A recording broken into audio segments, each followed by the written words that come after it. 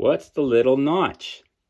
Tons of people ask me this, and I hate when people, a lot of people ask me. No, they don't. Get on with it. But this is definitely one of the most common questions I do get, is what's with the little notch on the heel of the blade? Really good question, and here's what it is. It's called a sharpening choil.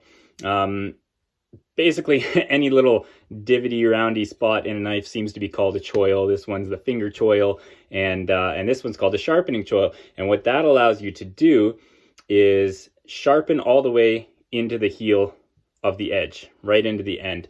If you didn't have that, here's an old butcher knife that we've got, and I've actually had to fix this one, so it's not the best example, but you can see what happens. So when the steel is thickens out right there at the handle, they call that a bolster, and a lot of kitchen companies will keep the bolster thick right down to the heel of the blade, presumably for comfort for your finger.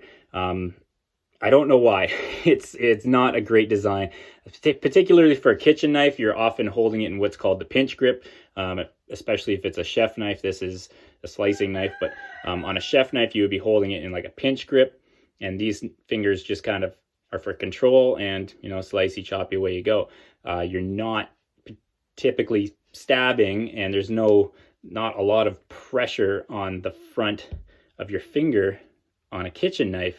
Really, I don't know how much stabbing you need to do when you're cooking.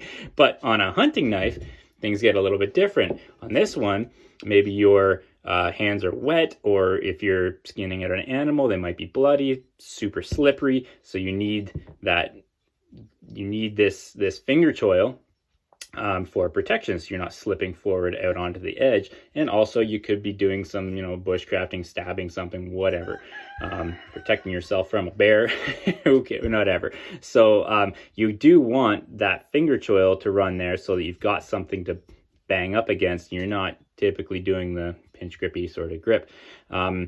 So you want that to be nice and thick for comfort. But the problem is, if you leave it thick like that, as you sharpen your blade, this edge sharpening is taking a tiny bit of steel away from the edge. And so eventually, if you go and find, your grandfather's old cooking knife that he's used forever, or a boning knife or something, it's the edge is way up here somewhere. It's not down here. And so this ends up being a bump, and then your edge slopes up and you can't sharpen it all the way at the end. That's why I've had to actually correct this one. I've had to grind this down a little bit, because once that becomes a bump, now you're not landing hard down flat on a cutting board or something. That bump keeps the heel of the edge up in the air. It's no good. So it's silly. I've had to grind a bunch of these things down for people, and it's just not, I don't know. If you're ever shopping for a chef knife from me or from anybody else, make sure that the edge runs all the way out the heel, and then you can sharpen the whole thing. And as you sharpen it, here's my my template from a chef knife. As you sharpen all the way out the heel of the edge, this just continues to shrink down evenly across the whole thing, and you can land flat down on a cutting board for the life of the knife.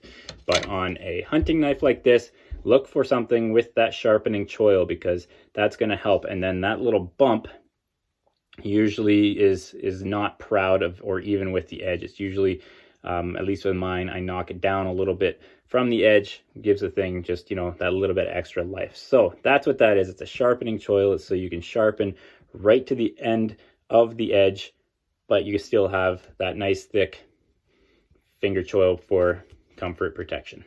Sharpening choil.